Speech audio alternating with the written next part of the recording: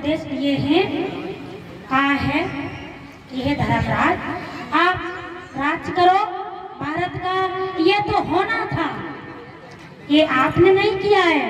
और महाभारत का युद्ध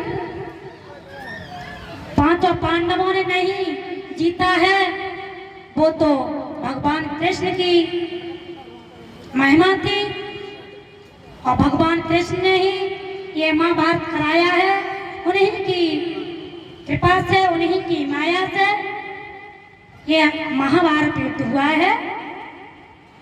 तो यहाँ पर एक प्रश्न आता है कि एक समय पे पांचों पांडव बैठे हुए थे और आपस में बोल रहे थे। धर्मराज कह रहे थे कि मैंने जीता है, क्योंकि मानव को जब शक्ति प्राप्त हो जाती है तो अहंकार भैया हो जाता है।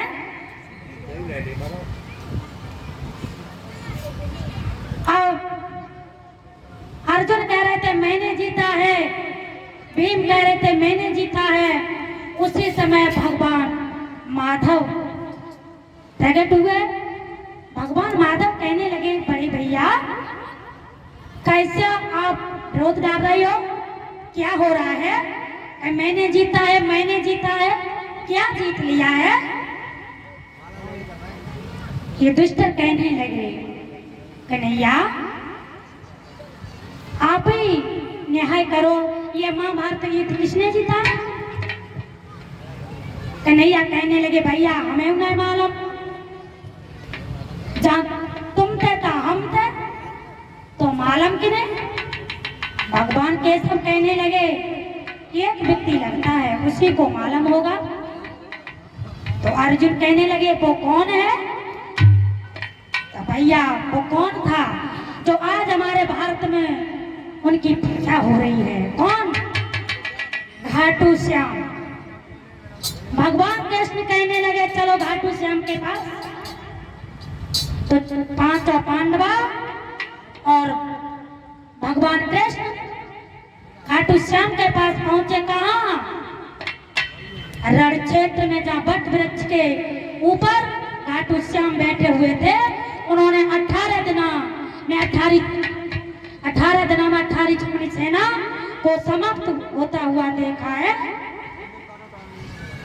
भगवान कृष्ण कहने लगे, प्रभु ये पांचों पांडवा बहुत विरोध डाल रहे हैं, आप ही बताओ ये महाभारत युद्ध किसने जीता है?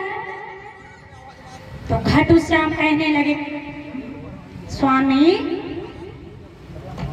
मुझे तो युद्ध में नहीं तो भीम की गदा दिखाई देती थी और नहीं अर्जुन के बाण दिखाई देते थे, और नहीं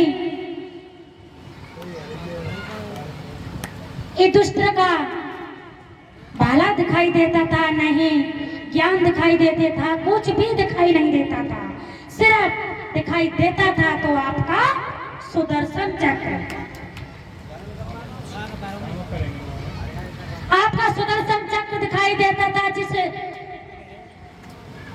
धर्मात्मा के सिर पर जाता था तो सुदर्शन चक्र ही जाता था, नहीं तो अर्जुन के बाण जाते थे, नहीं भीम का गदा जाता था। बोलिए कृष्ण कन्हैया लाल की। तो भगवान कृष्ण ने पांचों पांडवों का अहंकार दूर किया, क्योंकि अहंकार ही भगवान का भोजन है। बताया है भगवान ने कि भाव का भूखा हूं मैं और भाव ही एक सारे, और भाव से भज ले मुझे तो भव से बेड़ा पार है। तो चलते हैं कथा की तरफ।